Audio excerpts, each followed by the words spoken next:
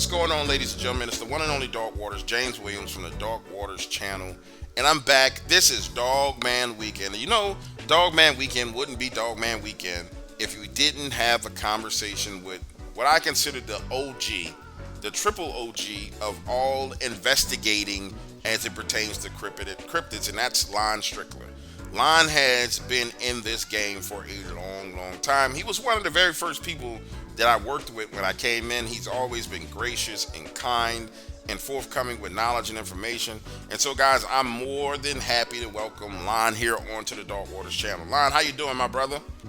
Hey, James, I'm doing fine, man. Man, I'm going to say it publicly. I know I've said it to you privately. Bro, when nobody was dealing with me, Lon, you were dealing with me, and I really appreciate you. That's why you were on the top of my list.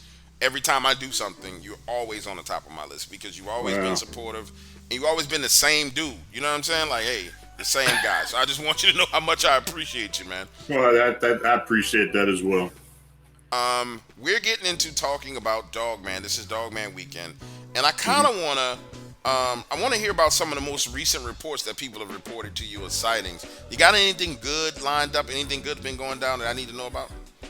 Well, we've been pretty active this summer, in particular. I do most of the cases are involved in Pennsylvania, and we've got 4 active cases right now in Pennsylvania. But as far as actual evidence and what we believe are very believable and verifiable sightings, there's one in Pennsylvania out in Berks County that I'm interested in, but there's also another one that we've been working on since February of a family who lives in Summit County, Ohio, which is just west of Akron, who has been dealing with a cryptid canine group for approximately 12 years now. Wow, 12 years. Yeah, and it's it's been pretty bizarre. I have actually had him on my show not long ago. Well, just 2 weeks ago, and the husband and wife, and they talked about their encounters. And their name is Carrie and Greg. And when it first started out, I mean, they of course, they didn't know anything about cryptids or anything, and it was something that was, it was just unexplained. This happens. Well, they moved into their home about 2003. And he's an executive chef. She's a school nutrition specialist. So they're busy. They're always working. They have 3 kids. They have a 10-year-old granddaughter.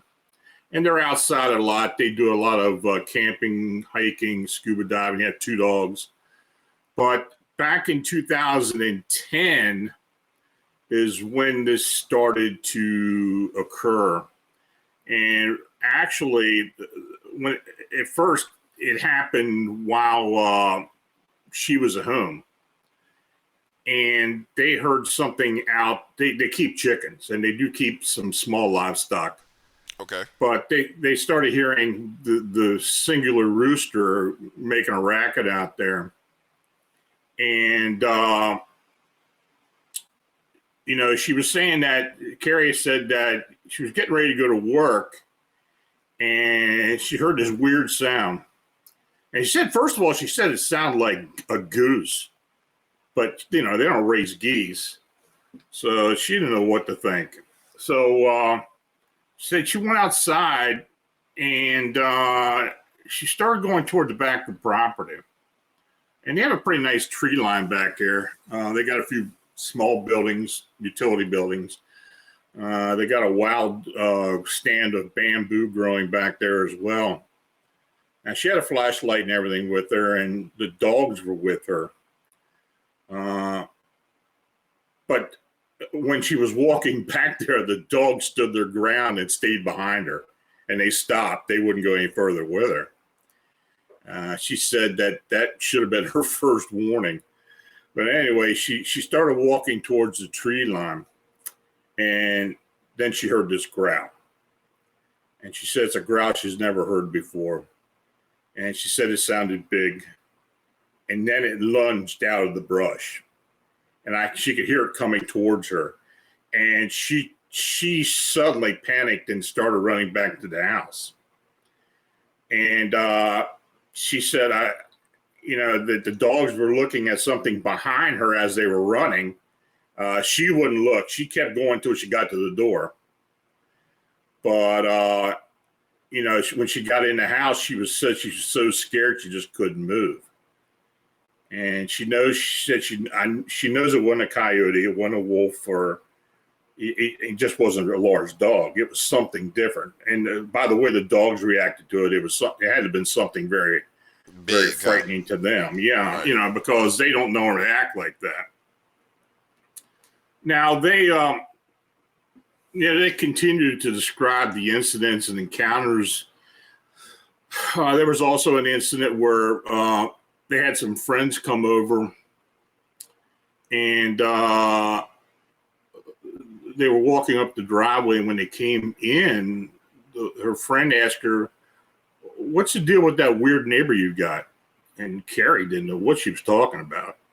And she said, "Yeah, this guy's standing out there by the shed, and he's tall, and he's got a pretty thick gray coat on."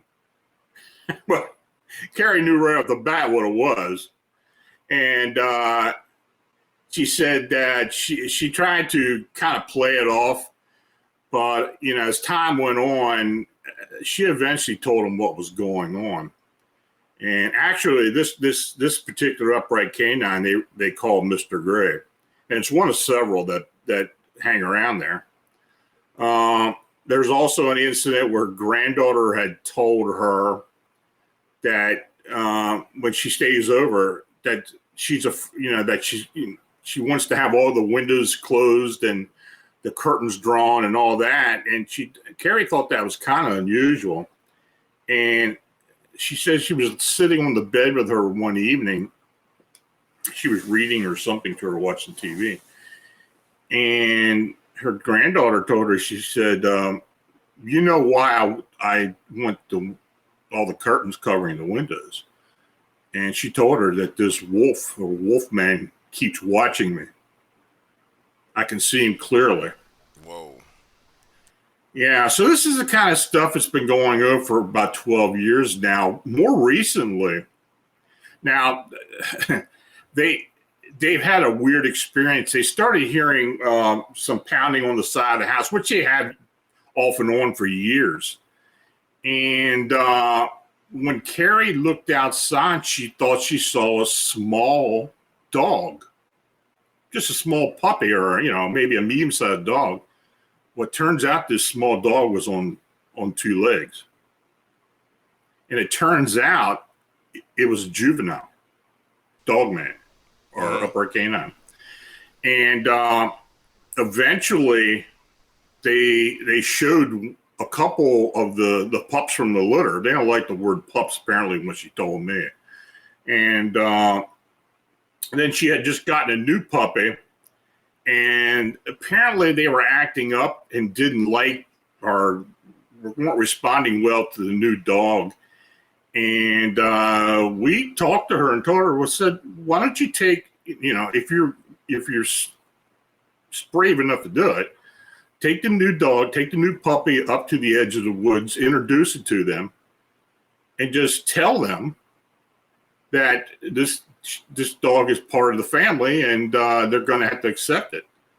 And after that, there wasn't any problem. They were not banging on the walls or acting up again. And in fact, they had pups out to them, though they have grown up a bit. They're, I think she said they stand now about 5 foot. Mm-hmm. So there have been several around there. So and look, this Summit County area is pretty well known for upright canine activity. There's a park not far from there that has had encounter reports for years now. And they do know that some of the neighborhood are aware of them, though people don't talk about it. They may now since they've come forward with it. But besides that, when before all this started happening, her and her husband were noticing a lot of notices around the neighborhood of people putting lost dog, lost cat notices up on the light poles, Mm-hmm. and they were wondering what was going on. And apparently, these things have been taking pets, and I think they still do, but they've kind of left her stuff alone for now. And I told her, I said, well, I'm not going to guarantee that they're not going to do it, but so far so good. So they kind of leave them alone. But she said the size of them, if they wanted to bust in the house, it would be no problem. They could do it anytime they wanted to. Well, they're huge. They're massively Oh, huge they're and massive. powerful. So yeah, they could definitely. It's not even. They could come through a wall if they want to. They ain't got to come through a damn Absolutely. door. They can literally come through a wall. And I couldn't see myself being in an environment with those things for 12 years. I could see myself being in an environment with those things for a year and not Yeah. moving away from it because that's just absolutely terrifying. Um, Well, it's one cryptid I wouldn't want to have an encounter with, especially after all the reports that Butch and I had received over the years. And yeah, it's a shame he's not around now because it's been really busy this year. It really has. He'd have been in his element. But right. yeah, and so the sizes that these people, for the most part, have been here in Pennsylvania have been pretty huge beings. I mean, for the most part, they've been upright, 10 foot, very, very. But we've been running into quadrupeds. Many of these quadrupeds have a hyena-like look to them. They have the Right. sloping backs. They're very muscular. Look like they weigh 300 pounds or more, but their heads are very wolf-like as opposed to hyena. And And that's we've in had that same several. area. That's throughout Pennsylvania. Yeah. Wow. Yeah, yeah, we've had several of those. I've had them throughout the state. So yeah. Has So anybody ever figured out what it is about Pennsylvania why this activity is located there? I don't know. There's a lot of theories about it. This area was one of the earliest settled areas in the country. Um, there's been a lot of folklore about these canines ever since beginning. We've had when the German settlers and farmers were coming into Pennsylvania and setting up their farms and their homes and such. Of course, they remember the folklore from back in the old country, but around here, they were calling these things dueos. And we've had, in fact, just south of us in Maryland, in Frederick County, there was a whole spat of sightings and encounters back in the 60s and 70s of these dueos. So they do seem to come in groups, but overall, the state itself has, we do have hot areas in the state.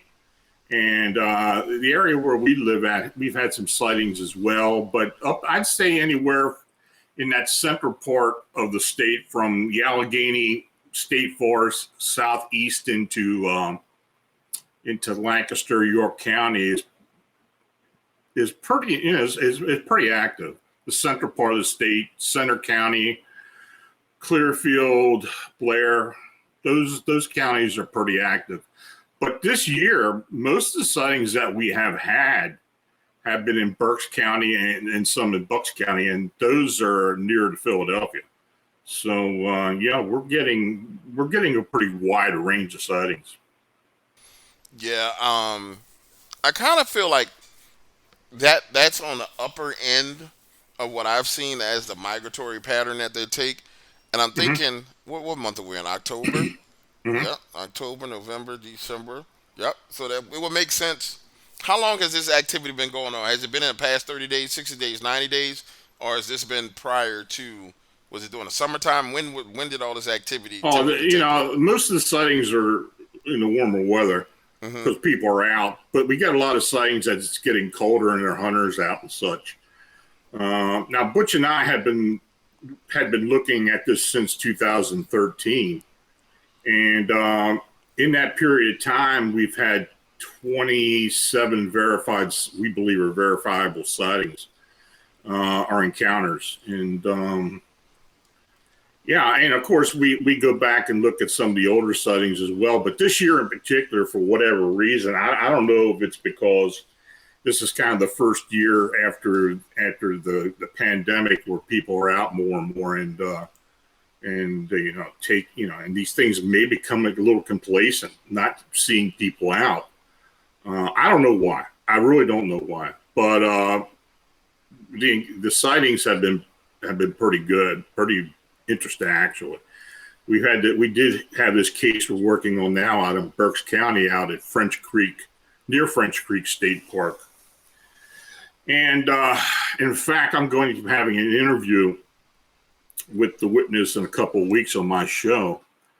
But we're involved with another group here in Pennsylvania as well and looking into that case.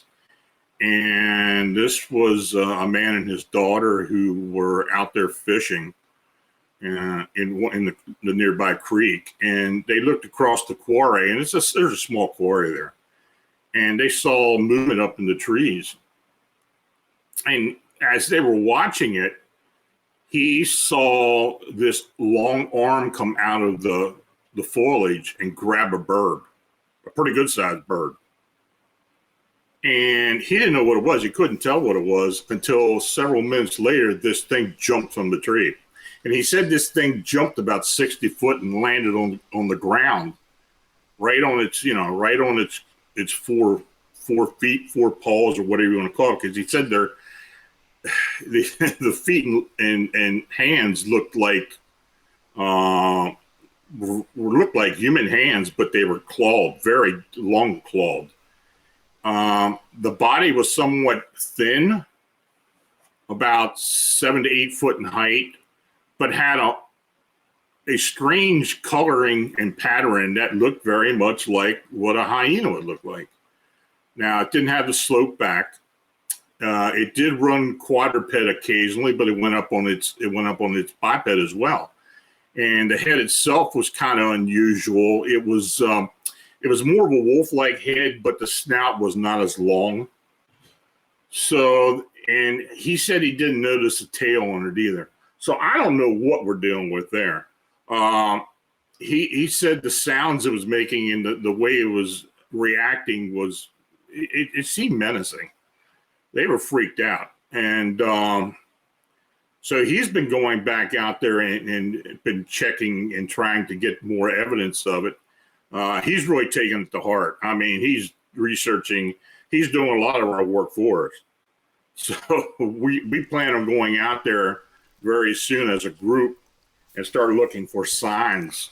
It's pretty heavily foliaged right now, so we want to kind of wait till it kind of thins out a bit, which will happen within the next month or so, and go out there and check this out.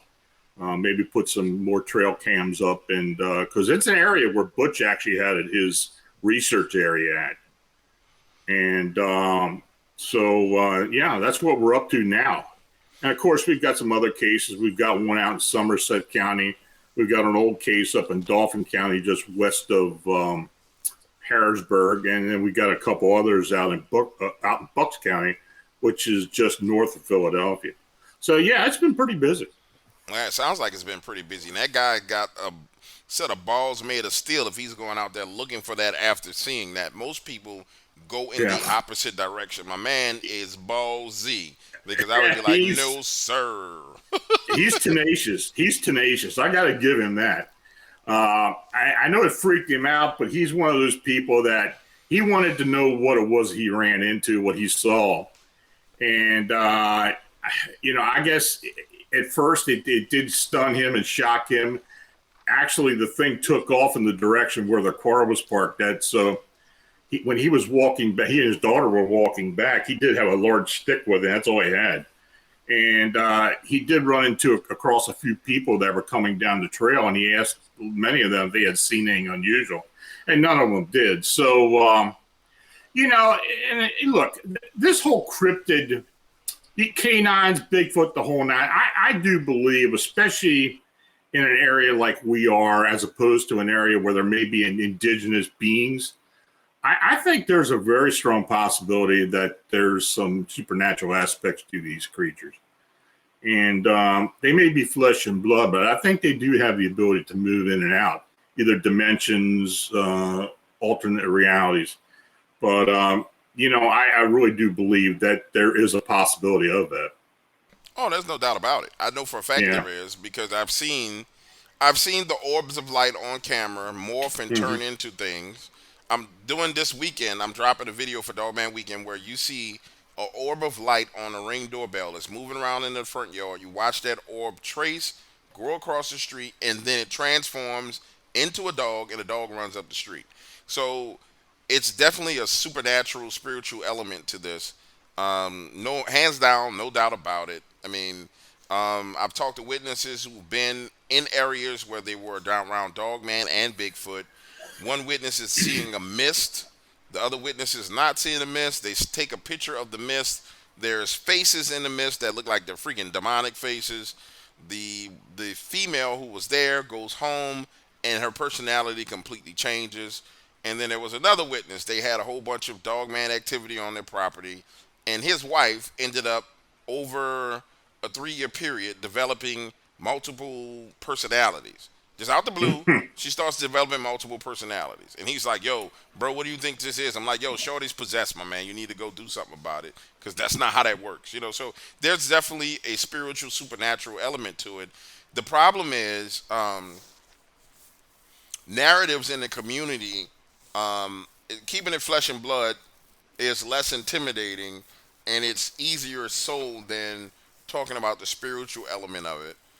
So it's easier to sell something to people to listen to if it's flesh and blood because it's scary, it's going to cut me, it's going to eat me alive, right? When you start getting to Mm-hmm. the other narratives, um, it leaves an opportunity for somebody else to get like leverage and a foothold in the community by talking about that narrative. And by not allowing those narratives to come out, then people miss valuable information. So I've always Exactly. been one who said I've talked about it all from the beginning, and people be like, "Oh man, you're on this spiritual stuff." I'm like, "Bro, I'm just telling you what the people been telling me. There's no way Dogman manifests in an apartment downtown Manhattan, bro.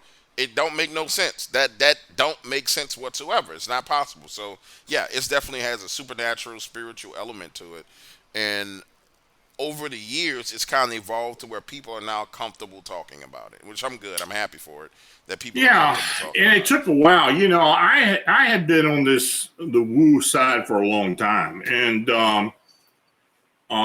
even to the point where when Stan Gord used to talk about Bigfoot and all the sightings they had with UFO activity and such, and well, that was back in the '70s when we had that big flap in '73 here in Pennsylvania when news reports started coming in. So. Yeah, there's definitely a supernatural aspect to cryptids. My team has been involved with the Chicago Mothman investigation now since 2011, really. But when it started really picking up in 2017, we got more and more involved with it. And there's definitely a supernatural aspect to these things. Absolutely. They are because if they were around all the time, people would be seeing them all the time. Yep. They don't, they don't keep themselves well hidden, and they're here for a brief time and they're gone. And the real question is, where the hell are they going? Well, And that's what are just they it. doing when they're not around? Those are some of the questions. I don't think we're going to ever get an answer to those questions, but that is the $1 million question right there, brother. Where the hell do these things go when they're not around? I've Mhm. um I've had conversations with people who are like hardcore. This is flesh and blood. They have pups, and the majority of the encounters that people have with them is because they're in areas where the pups are, and it's where there's a nest, and that's why they have these aggressive encounters. But the truth of the matter is, you can find a location where there's pups, and you can find a location where there's like coordinated family activity, but it doesn't account for all the other encounters that people have that have absolutely nothing to do with pups, and it also doesn't account for the encounters that people have with them where they are there and they literally vanish right in front of them in the woods. So Yeah. it's we have to look at it from a holistic standpoint. If we're going to dive into this bucket that I call Dog Man, we have to go to every corner of the bucket. You know what I'm saying? Just to see what's there. And it's nothing wrong with going to those corners. I'm just happy we got to a point where everybody's willing to explore all options and like stop leaving stuff off of the table, man. That's what I'm excited about. What about books? What kind of books you got you've been working on lately? Because I know you Oh my author books God. all the time. I'm Talk to us actually about what you got out writing. there. I'm actually writing a cryptid canine book right now. Um, and this is the first time I've actually really written about it. My last book was about the about these pale humanoids. I call them meme humanoids because they seem to follow a lot of the memes within the paranormal, even beyond the paranormal. But this is another phenomenon we just don't really know much about. These hairless, pale-looking humanoids just suddenly show up places. Uh, are they thought forms? Are they flesh and blood? Where are they coming from? I mean, they just seem to pop up. Yeah, I wrote a book about that, the meme humanoids, and the book previous to that was winged cryptids, where I had actually installed uh, my second installment of the Chicago Mothman um, sightings and investigation, plus other winged cryptid cases that I've been involved with and reports I've received. And of course, I did the alien disclosure book, Experiencers Exposed Reality, where I have worked with experiencers and abductees for a long time now. So those cases, some of the better known cases I've been involved with, are in there. And there's another book out too, Mothman Dynasty, that I wrote at the end of 2017 when all this stuff in Chicago started to really ramp up. So I guess after I get the Cryptid Canine book done, I'll probably have to do the third book on the winged humanoids, the Chicago Mothman, O'Hare Mothman, because it'll be picking up in October 2019 when we started getting the majority of the sightings in the area around O'Hare International, and that's still going on. Well, no, that's good because there's a lot of authors in our community, ladies and gentlemen, but I don't think you guys understand the sheer amount of content that Lon has presented in book format. Um, Years ago, when I first started talking to Lon, it was extremely, I mean, it was ridiculous the number of books that he had out. And I'm pretty sure there's way more out there now. You know what I'm saying? Yeah, a Yeah, lot of I'm them out. looking. Yeah, a lot of them out of print now. Well, you should bring those back on Kindle, man. You should bring them back and monetize them through Kindle. Because if I'm not mistaken, they'll do a deal where they'll just pay you up front for that content.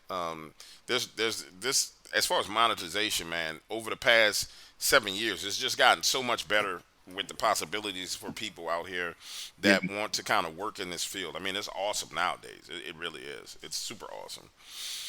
Um, I want to address that meme. I guess you call it the meme humanoids. Mm-hmm. Kind of like I think the first one was Slender Man, and then it was kind of the Rake. And I've had a number of reports on them.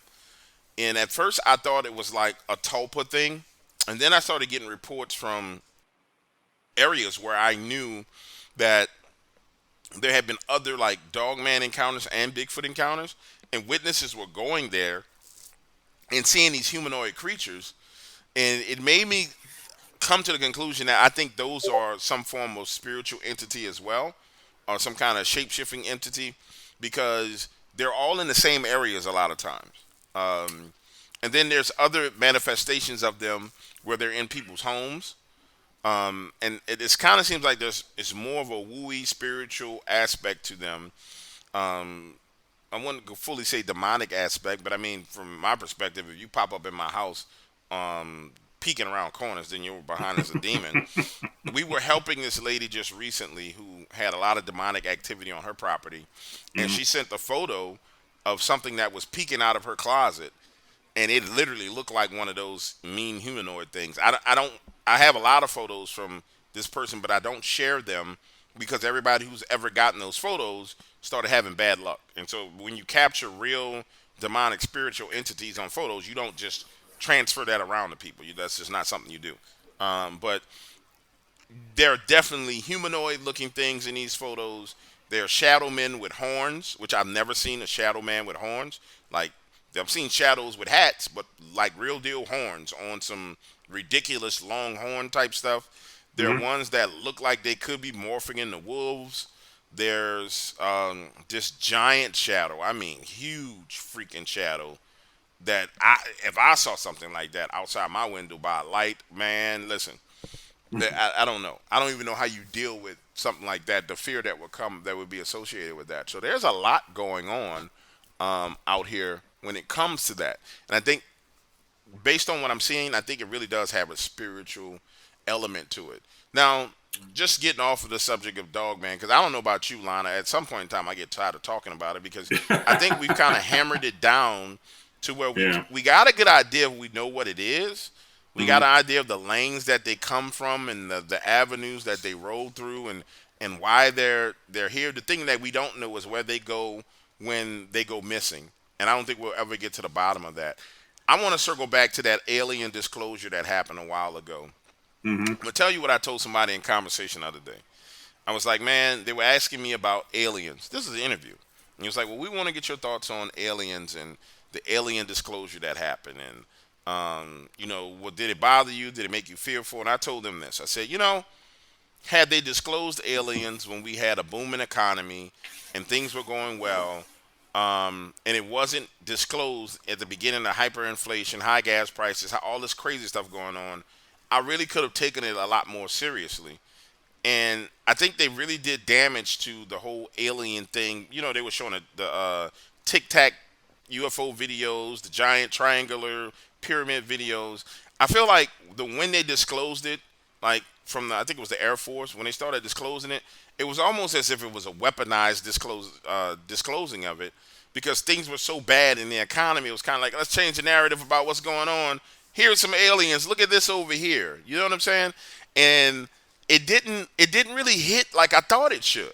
I felt Mhm. like the whole world should have stopped moving and be like, "Yo, bro, look at this crap. What is this?"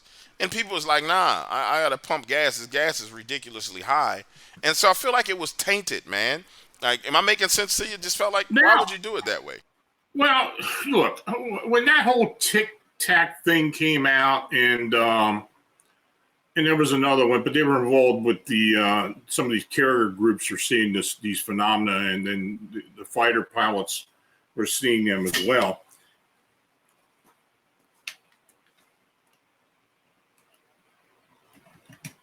I'm back. Okay.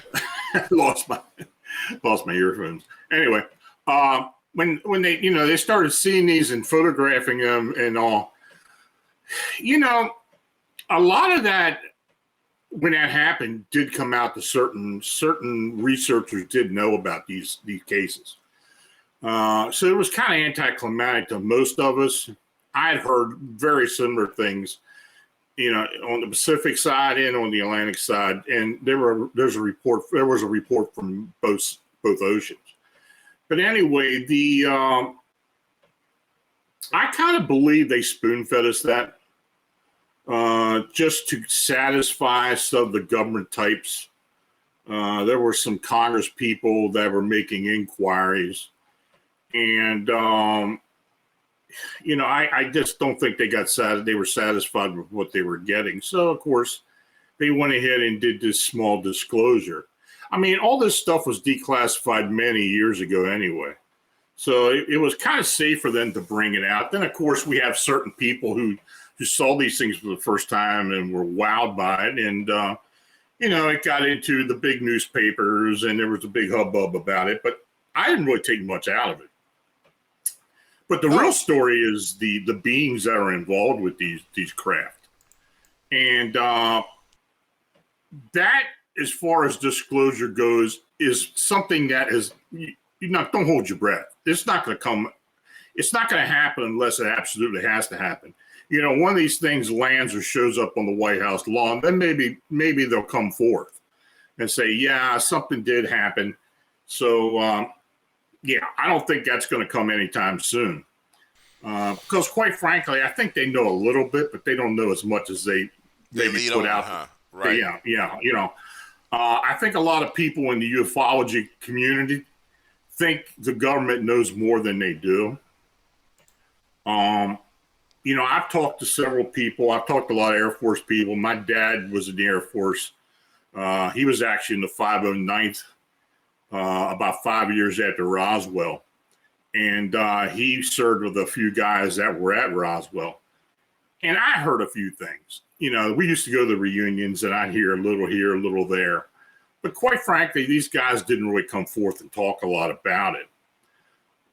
But quite frankly, I don't think many of the military people, even the higher ups, know as much as what it's led to think they do. And I think they're kind of confused about it as well. Ufology is an interesting niche, because you got to wonder how much of it you can and can't believe. And you kind of got to separate the wheat from the chaff. I mean, some of it sounds just absolutely ridiculous and crazy. And for the most part it is. But every once in a while something does add up. When I wrote the book about the alien disclosure, I was taking the cases that I had worked on personally and had been involved with real life experiencers, people who have been abducted, people who have had encounters at home and at other locations. I'm an experiencer as well. I had an encounter the year my wife passed away, and I was abducted. And it was one of the craziest things that has ever happened to me. I think I may have been at another point, but I just do not recall much of it. But anyway, it wasn't a terrible experience, but it did happen, and I'm sure it happened. It wasn't a dream. When I woke up, things about where I was at in my home were different, and I knew something had happened. So I have had experience with listening to people describe these encounters, these experiences, and these abductions. And, I think I can kind of tell when people are trying to pull the wool over my eyes. The actual emotion, the PTSD, all that is relevant when you're talking to witnesses. And because it does leave a mark. It really does. I mean, even physical marks, you will get physical marks sometimes, but it does leave a mark emotionally and mentally. And, that's what I've been lucky enough to have been involved with. I think I've been very lucky to get what I have gotten over the years.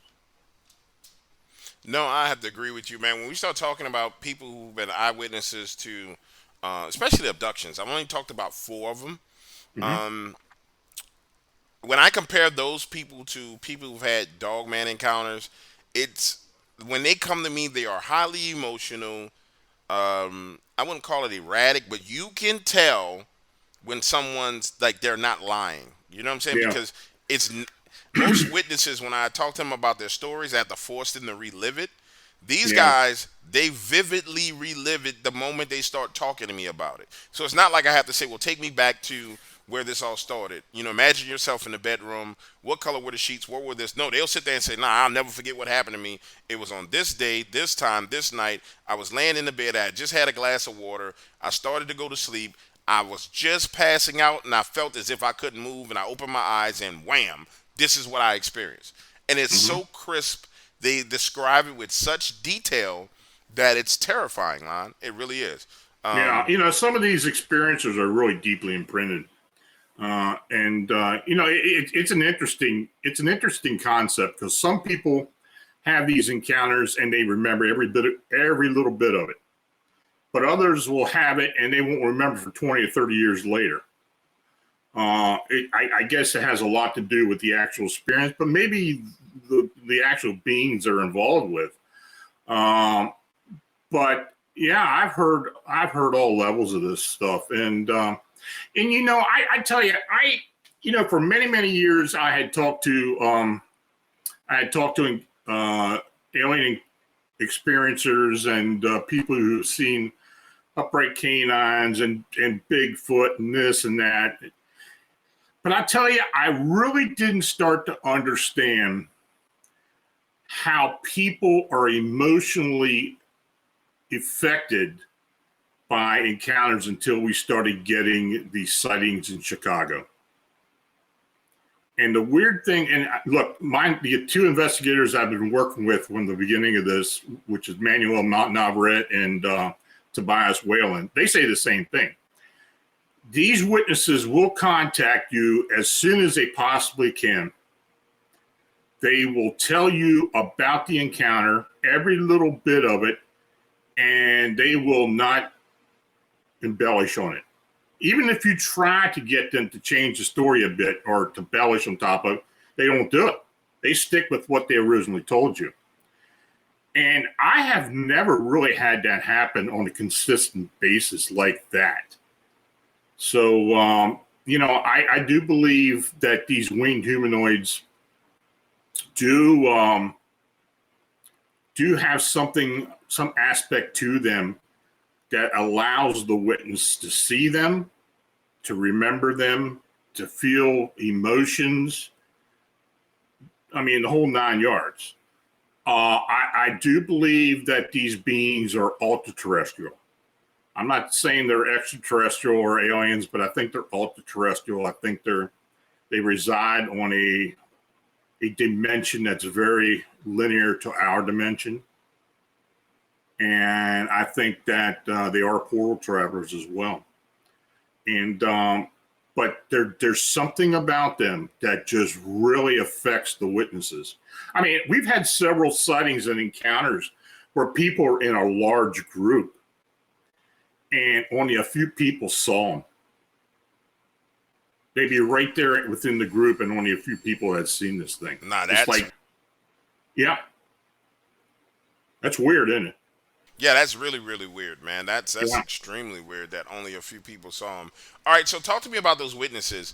What's the demographic or makeup of those witnesses? What's the age, range, locations? Because if you're saying that's coming out of Chicago, did you find a common thread as to why? When you chunk down into the data? It was all different races, all different income brackets. Uptown, downtown, suburbs, white, black, Hispanic. We had a lot of Hispanic people. I mean, the socioeconomic levels varied. That was one of the things we were trying to pinpoint. As of today, we have 156 sightings we believe are verifiable. Whoa, in Chicago? Yeah, wow. That's in the Chicago land area. It ranges from as far north as Milwaukee, down into Chicago, west of the city into Wisconsin, Illinois, and down into northern and central Indiana. So it's about a 200-mile radius of the city of Chicago or downtown Chicago. And the sightings, for the most part, are very similar. There are some differences. Many of them have red eyes, but some of them don't have anything but black eyes. We have occasionally had green eyes and blue eyes. The body size or shape. Originally, we had the insectoid-like sightings, very similar to the actual Mothman from Point Pleasant. But then that kind of evolved into a lot of these owl-like beings, owl-man beings with feathered wings and the owl-like dimensions. And that eventually turned into what we've got now, which are bat-winged beings or gargoyle-like beings, very emaciated looking. with arms that are either attached to the wings or detached from the wings, both. Many of them are red-eyed, very thin heads, and have a wingspan anywhere from 10 to 15 foot. Yep, that's what I heard about coming out of Dallas. Yeah. That completely freaky, bro. I mean, completely and totally freaky for someone to have an encounter with something like that, man, in an urban environment. It's that witness was completely like mind blown. Like, and when I, ladies and gentlemen, when I say mind blown, a witness being mind blown, it's literally as they're articulating what's happening, they're having a meltdown in the moment as they're reliving it, like going into tears, freaking completely out, having to take breaks during the conversation. It's, I mean, it's horrific for those people. It's Oh yeah. absolutely horrific. And you guys haven't had an opportunity to figure out why. No indication as to why that 200-mile radius. No historical references to it. Nothing like that. I think because that most of the sightings were in Chicago in one area, we wanted to branch out to see what else was happening. But that's not the only place we're getting them throughout North America. I mean, they haven't been in such a large group like they have been in the Chicago area. But we've had sightings in Florida. We've had sightings down in throughout Texas. We had a few in California, and of course, we've had some up here in Pennsylvania. So it's well, and of course, up in Ontario, we've had many sightings up there too. So yeah, this is a large regional thing, but the whole Chicago thing, where most of the sightings were within an urban area, and which is just unheard of for cryptids. I mean, we very rarely get cryptid sightings in areas, especially with the amount we have had. Who knows? Just imagine how many people have not come forward.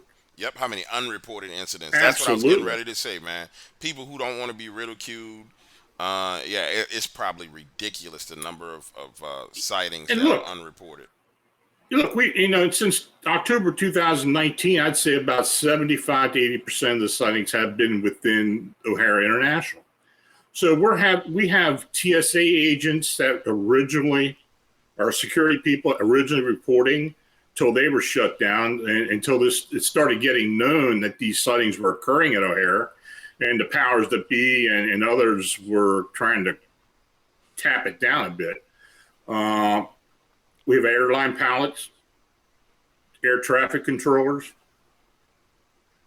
passengers, people working at the airport, that whole facility is huge.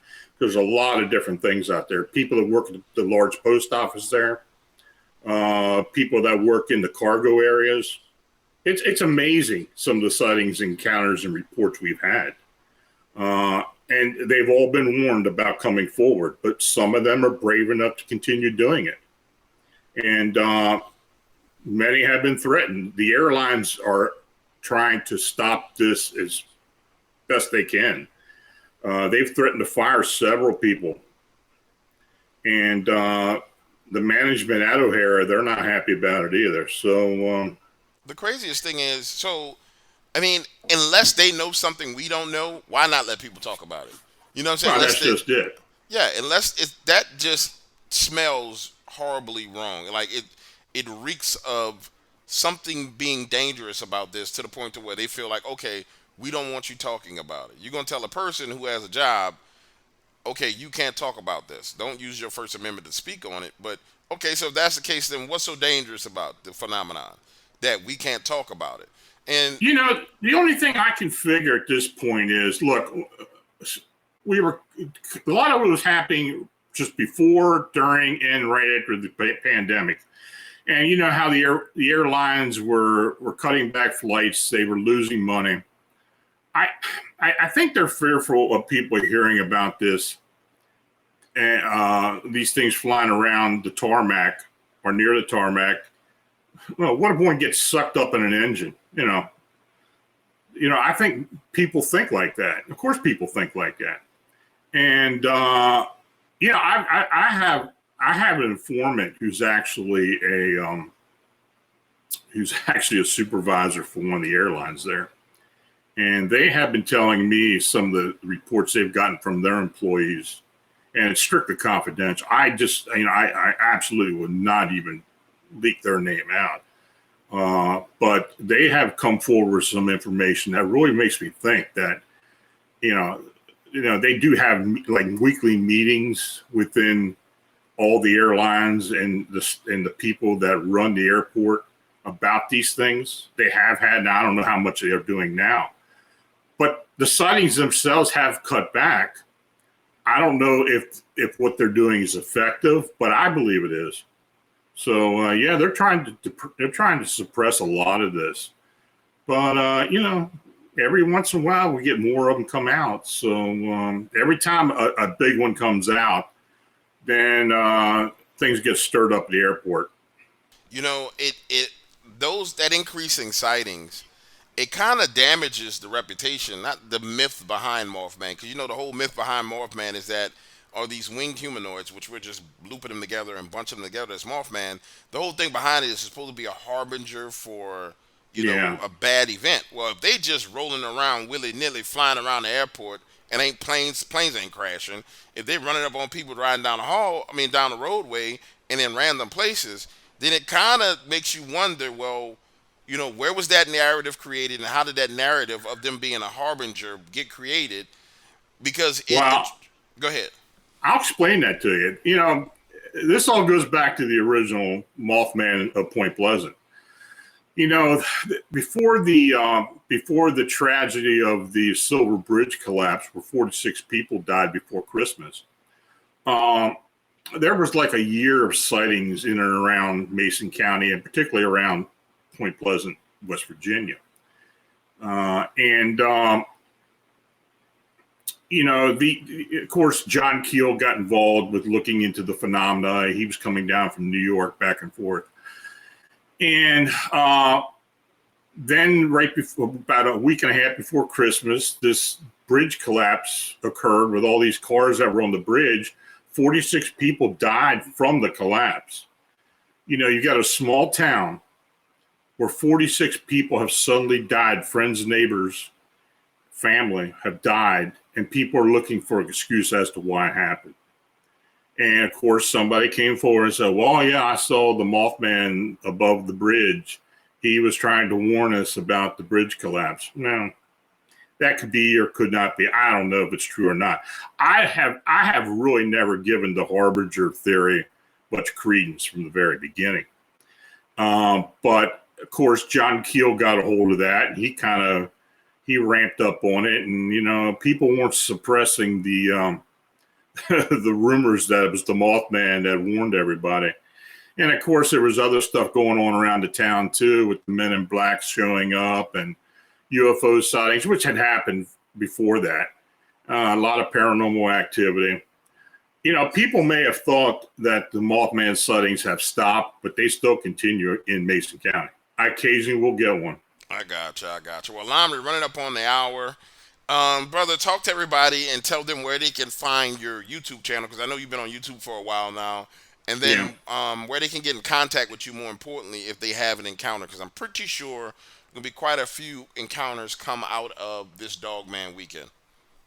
Well, that'd be great. My YouTube channel is, just go to YouTube and search Phantoms and Monsters Radio, and it'll come up. And we do a weekly show. Occasionally, we do a Wednesday night narrative of cases that I have worked on or have been reported to me, where I narrate the cases. But there's a lot there. And if you do have an encounter or sighting, you can contact me at Lon Strickler at phantomsandmonsters.com, or go to the website phantomsandmonsters.com, and there are links there to where you can go to your email and just send me a report. Awesome sauce. Ladies and gentlemen, let me tell you something. Out of all the people in this field, when it comes to, sightings and the people that I trust with someone reporting their sighting to, Lon is the guy that I really trust. 100%. He's got the history of it. Most of the guys that come in, they've been around for, 3, 4, 5 years. I like to go with people who have long-term history when it comes to not only taking advice from them, and getting counsel. But also, if I'm going to point in a direction, I'm pointing in the direction of him because he's been here a long time. So if you have a sighting that you tried to share with me and you couldn't get to me, feel free to send it to line. I know I have people in Facebook. You guys, I want to talk to you about my sighting. If you hadn't gotten in contact with me, go to Phantoms and Monsters. I'm telling you, it's a great place. Like, I have damn near 80 voicemails that I'm still trying to work through. So shoot them lines with me, you know what I'm saying? Because he's definitely qualified to filter through it. Line, I appreciate you, my brother. Thank you for joining me. I'm going to go get me something to eat, man. I am starving. I'm super duper starving. Well, thanks, James, and we'll be talking soon. Okay, buddy. All right, talk to you.